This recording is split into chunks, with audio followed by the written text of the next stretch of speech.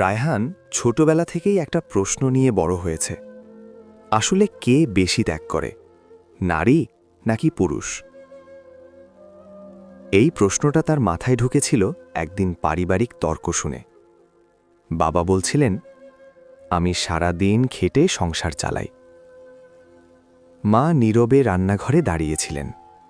তিনি কিছু বললেন না, কিন্তু রায়হান লক্ষ্য করেছিল মায়ের চোখের কোণে জমে থাকা ক্লান্তি। রায়হানের মা একসময় কলেজে পড়তেন, শিক্ষিকা হওয়ার স্বপ্ন ছিল, কিন্তু বিয়ের পর পড়াশোনা বন্ধ, স্বপ্ন থামিয়ে দেওয়া, নিজের জীবনটা সংসারের ভেতর গুটিয়ে ফেলা। সকাল থেকে রাত, রান্না, সন্তান, সংসার, অসুস্থ হলেও বিশ্রাম নেই। কেউ কখনো বলেনি তুমি অনেক ত্যাগ করেছ। সবাই ধরে নিয়েছে এটাই তো মায়ের কাজ। অন্যদিকে রায়হানের বাবা প্রতিদিন ভোরে বের হন, রাতে ফেরেন ক্লান্ত শরীর নিয়ে। নিজের শখ নেই, হাসি কম, কষ্টের কথা বলার মানুষ নেই। অসুস্থ হলেও বলেন, চলবে, সংসার তো চালাতে হবে। সমাজ তাকে শিখিয়েছে পুরুষ কাঁদে না, তাই তিনি কাঁদেন না, কিন্তু ভেতরে ভেতরে ভেঙে যান। একদিন রায়হান তার শিক্ষককে প্রশ্ন করল, স্যার, আসলে কে বেশি স্যাক্রিফাইস করে? শিক্ষক একটু হেসে বললেন, তুমি কি কখনো নীরবতার ওজন মাপতে পারো?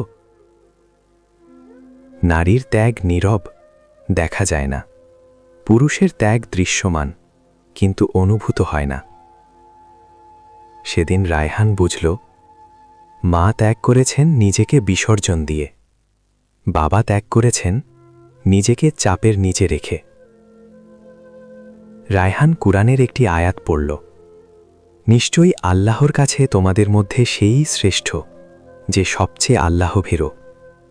এখানে বলা হয়নি পুরুষ সেরা, নারী সেরা, বরং বলা হয়েছে চরিত্র ও তাকওয়াই মাপকাঠি।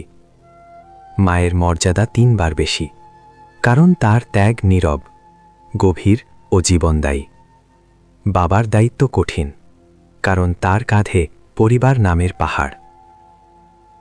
রায়হান বুঝল, সমস্যা কার ত্যাগ বেশি সেটা নয়, সমস্যা হল আমরা একে অপরের ত্যাগ দেখি না। নিজের কষ্ট বড় করে দেখি, অন্যের কষ্ট ছোট করে ফেলি। রায়হান সেই রাতে মা বাবার কাছে গিয়ে বলল, তোমরা দুজনেই আমার কাছে সেরা, কারণ তোমরা দুজনেই ত্যাগ করেছ নিজ নিজ জায়গা থেকে।